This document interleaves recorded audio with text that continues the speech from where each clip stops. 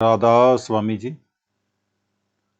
आज के सत्संग की बानी स्वामी जी महाराज जी की है।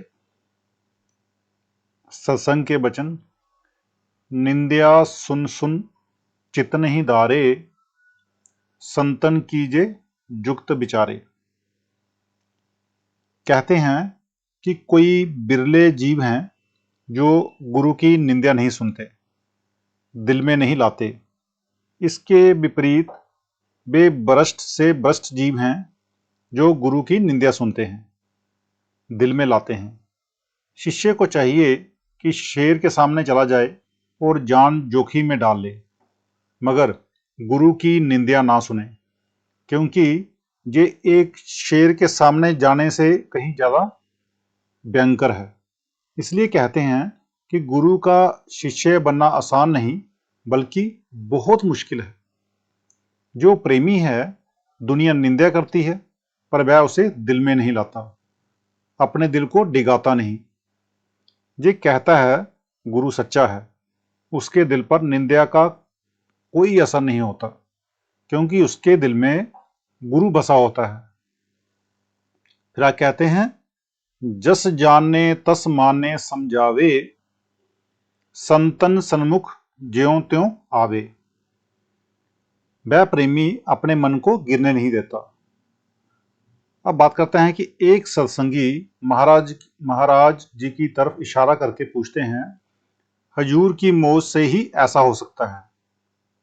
तो महाराज जी जवाब देते हैं, सिलसिला कलाम को जारी रखते हुए और कोई उत्तर नहीं देते हुए कहते हैं, वह कहता है कि दुनिया बकती है, बकती रहे, वह अपना प्रेम नहीं छोड़ता।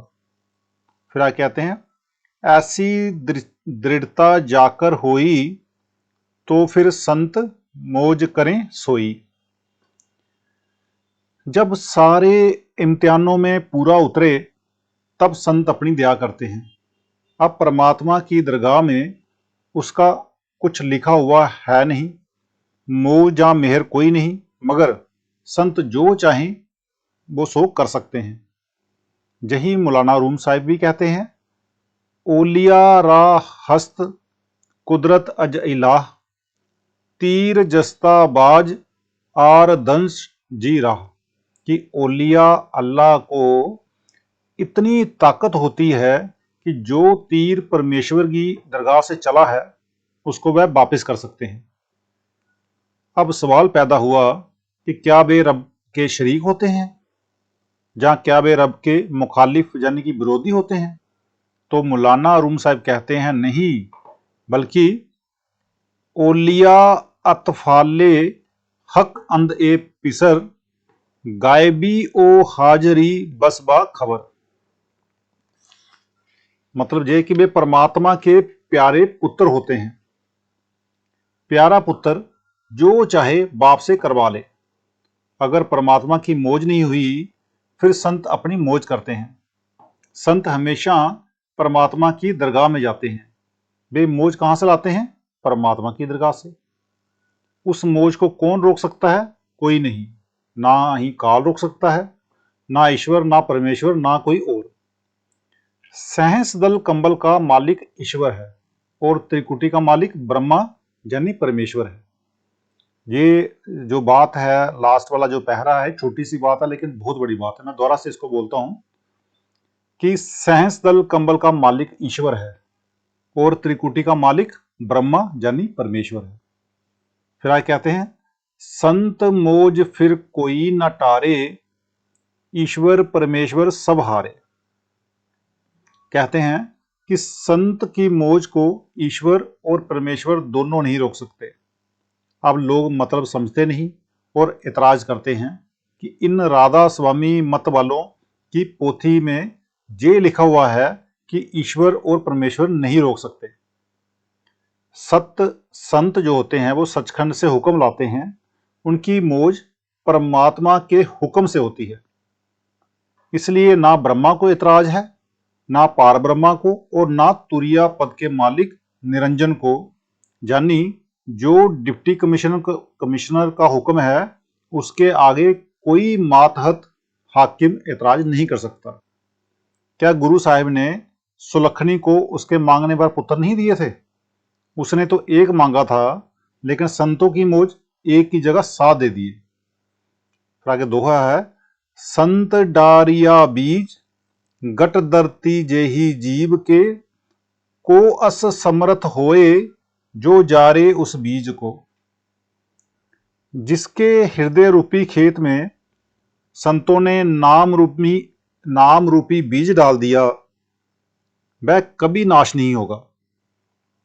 किसी में ताकत नहीं कि उसका नाश कर सके। कोई काल के माही वह बीज अंकुर रहे, जब जब आवे संत अंकुरी उन संग रहें। जिस तरह जमींदार कई बार सूखी धरती में बीज डाल आता है, नमी होती नहीं, मगर वह जानता है कि जब भी बरसात होगी बीज उगेगा। इसी तरह जो पूर्ण महात्मा, पूर्ण संत होते हैं, उनका बीज सूखे हृदय में पड़ा हुआ भी बेकार नहीं जाता। सभी महात्मा एक होते हैं, मगर एक महात्मा नाम का बीज डालकर चला गया तो दूसरा आ गया और उसने उसका काम संभाल लिया, यानी कि सत्संग का पानी देकर बीज को उगा लिया। जिस तरह किसी बाग का माली चला गया, उसने बगीचा लगाया, अब दूसरे ने आकर उसका काम संभाल लिया। जैसे एक डिप्टी कमिश्नर चला गया तो दूसरा उसकी जगह पे आया और कार्यभार ले लिया, तो उसने काम संभाल लिया। अब कहते हैं कि ज्यों ज्यों वह मौज वाला शिष्य अभ्यास करता है, सतगुरु की सेवा में रहता है, वह नाम रूपी बीज जो कि शिष्य की हृदय रूपी जमीन में डाला गया है, एक दिन बड़ा पेड़ अवश्य बनेगा। एक संत गुजर गए, दूसरे को आना है और सत्संग के जरिए इस बाग को हरा भरा रखना है। अगर ऐसे मौके पर जबकि शिष्यों का काम पूरा ना हुआ, संतों को खुद जाना भी हो, तो वे शिष्यों को दूसरे महात्मा के स्पुर्द कर जाते हैं। सोरठा, बै सींचे निज पोद होए बक्त बै पेड़ सम, फल लांगे अति से सरस बोगे सतगुरु मेहर से। ज्यों ज्यों शिष्य कमाई करता है, रूहानी मंजिलों पर चढ़ता जाता है, वह नाम रूपी बीज पेड़ बनता जाता है और पेड़ में फल लगते हैं, यानी वह शिष्य मालिक के घर पहुंच जाता है। कारज कीना पूर संत दूर हृदय दरी, सूर हुआ मनचूर नूर तूर गट में प्रगट। कहते हैं ज्यों ज्यों इसने सिमरन करके शरीर को खाली किया, अंदर रोशनी हो गई। जब सूरज, चंद्रमा और तारा मंडल पार किया, आगे गुरु के चरणों की धूली है, वहां सतगुरु खड़ा है। वह कहता है कि शब्द को पकड़, शब्द को पकड़। जब हमने शब्द को पकड़ा तो रूह ऊपर चढ़नी शुरू हो गई। जो मन शेर बना हुआ था और हमें खराब कर रहा था, और जो हमें अब उस मन को क्या है कि वो बकरी की तरह बन गया है। इंद्रियां जो हैं वो रूह के अधीन हो गई और हमारे अंदर शांति आ गई। तो आज का जो सत्संग है, पूस महीना जाड़ा बारी, इसका खत्म होता है। तो अगले सत्संग में मिलते हैं कल। राधा स्वामी जी।